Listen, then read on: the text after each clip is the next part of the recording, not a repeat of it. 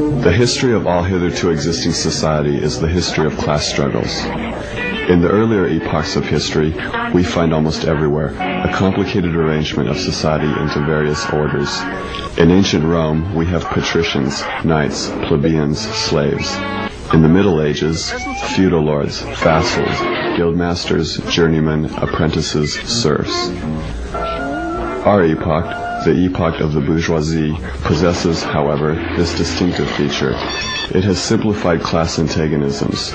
Society as a whole is more and more splitting up into two great hostile camps, into two great classes directly facing each other, bourgeoisie and proletariat. The bourgeoisie has at last, since the establishment of modern industry and of the world market, conquered for itself, in the modern representative state, exclusive political sway. The executive of the modern state is but a committee for managing the common affairs of the whole bourgeoisie. The bourgeoisie has stripped of its halo every occupation hitherto honored and looked up to with reverent awe. It has converted the physician, the lawyer, the priest, the poet, the scientist into its paid wage laborers. It has left no other bond between people than naked self-interest, than callous cash payment. It has resolved personal worth into exchange value, and in place of the numberless, indefeasible chartered freedoms, has set up that single, unconscionable freedom, free trade. In one word for exploitation, veiled by religious and political illusions, it has substituted naked, shameless, direct, brutal exploitation. By freedom is meant, under the present bourgeois conditions of production, free trade, free selling, and buying. The need of a constantly expanding market for its products chases the bourgeoisie over the whole surface of the globe. It must nestle everywhere, settle everywhere, establish connections everywhere. All old established national industries have been destroyed or are daily being destroyed.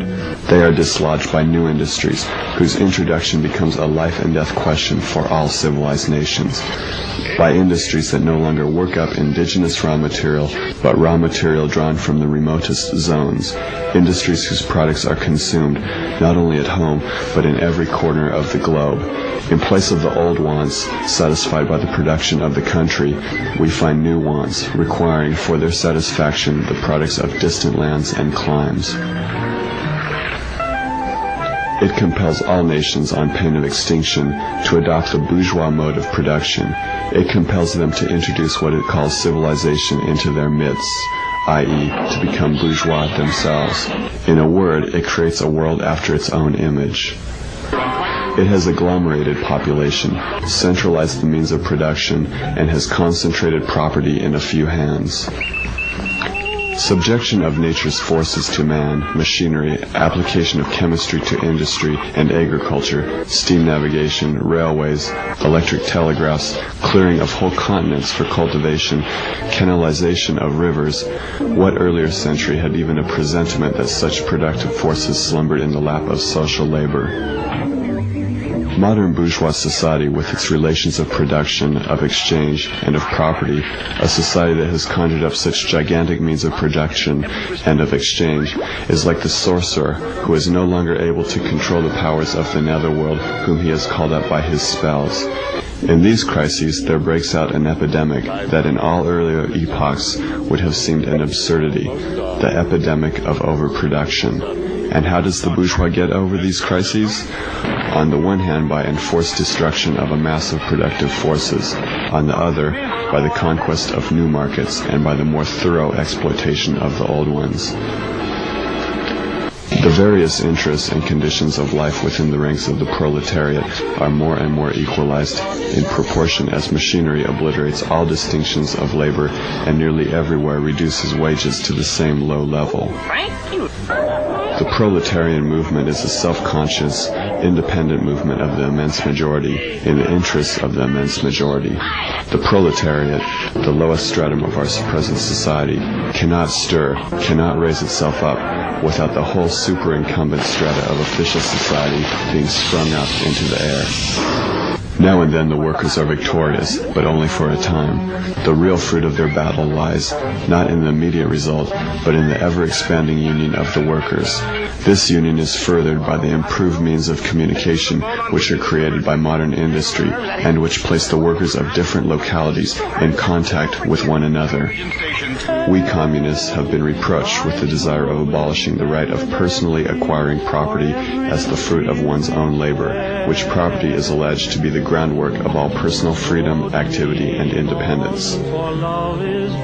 Hard-won, self-acquired, self-earned property? Do you mean the property of the petty artisan and of the small peasant?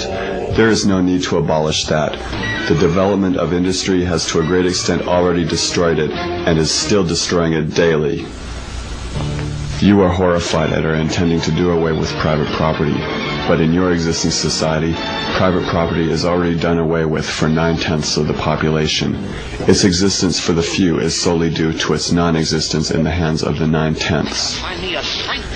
Communism deprives no one of the power to appropriate the products of society. All that it does is to deprive him of the power to subjugate the labor of others by means of such appropriation. The bourgeois claptrap about the family and education, about the haloed co-relation of parent and child, becomes all the more disgusting the more, by the action of modern industry, all family ties among the proletarians are torn asunder, and their children are transformed into simple articles of commerce and instruments of labor. The bourgeoisie has torn away from the family its sentimental veil, and has reduced the family relation to a mere money relation.